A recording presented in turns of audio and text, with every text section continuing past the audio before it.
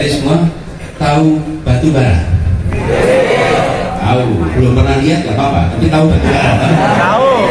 Tempat batu baranya itu jauh, Kalimantan sana banyaknya. Ada batu bara. Pernah dengar permata? Pernah? Pernah lihat? Nggak apa-apa, insya Allah punya suatu saat ya. Sekarang belum punya nggak apa-apa, nanti insya Allah nanti punya. Ada batu bara, ada permata. Itu dari semua para santri di tempat yang di situ ada tambang permata, biasanya ada tambang batu bara. Sebaliknya, kalau ada tambang batu bara di tempat itu biasanya ada permata. Kenapa? Karena materinya sama, unsurnya sama. Materinya yang jadi batu bara dan jadi permata. Lalu kenapa yang satu jadi batu bara, yang satu jadi permata? Kiai Sepuh memiliki formula dalam konteks bagaimana mencerna saran, masukan, juga kemudian insight yang diberikan oleh para capres. Dan kita tahu Kiai memiliki fungsi, kalau dalam bahasanya Clifford Geertz, sebagai cultural broker. Dalam konteks Kiai itu menjadi penyaring dari filter dari sebuah proses informasi dari eksternal yang kemudian diterjemahkan dalam bahasa yang lebih membumi supaya kemudian bisa diterima oleh jaringan santri dan lain sebagainya. Nah, di dalam konteks ini Kiai bukan hanya menjadi cultural broker, tetapi juga bisa menjadi vote getter yang sangat efektif. Karena bagaimanapun juga basis relasi antara Kiai dan santri meletakkan pada satu konteks yang kita sebut dengan sami'na wa ata'na, apa yang dikatakan para Kiai, kemudian para santri mendengar dan menjalankan. Tetapi Mbak Fitri, ada satu fenomena yang juga perlu diantisipasi, di mana jaringan santri di Indonesia secara general juga mengalami peningkatan literasi politik yang semakin baik. Kami kembali ke ini untuk silaturahmi dengan Pak Anies Pangapunten Haji Pak Main Zubair, meneruskan silaturahmi yang selama ini terjadi. Kami datang untuk mohon nasihat, mohon doa atas amanah besar yang sedang kami emban. Dan kami bersyukur sekali bisa berjumpa semua dari keluarga, bahkan ketemu dengan santri-santrinya. Insya Allah ini menjadi bekal bagi perjalanan kami ke depan. Anies juga membeberkan beberapa wejangan yang ia dapatkan dari pimpinan pondok pesantren Al-Anwar tersebut.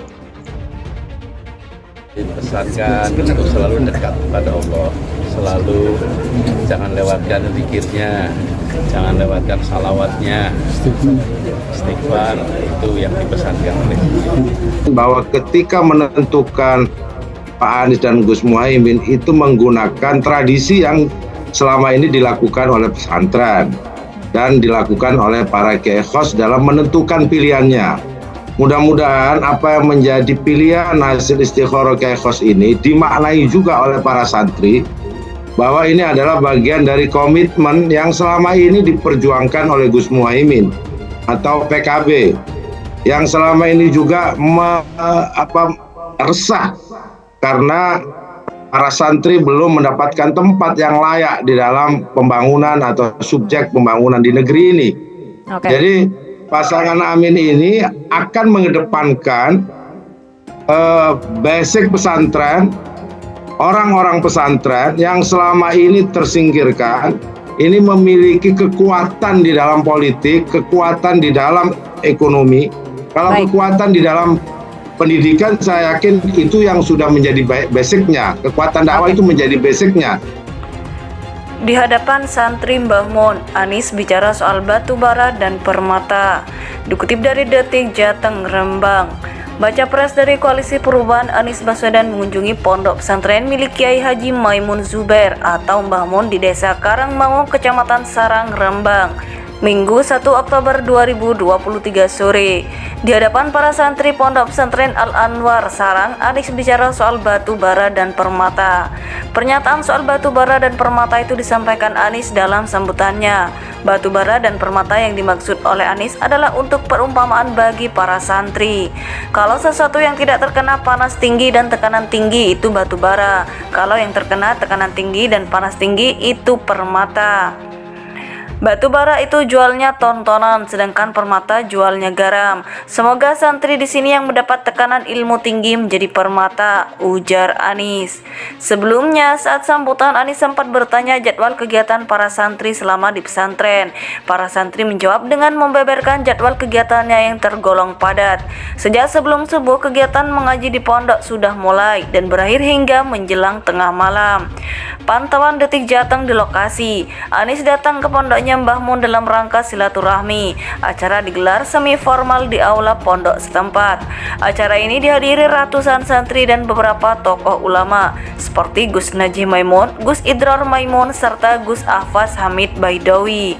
Diberitakan sebelumnya, Anies Baswedan menemui salah satu putra ulama host Kiai Haji Maimun Zubair atau Mbah Mun, yakni Kiai Haji Najih Maimun Gus Najih di Sarang, Rembang sore ini.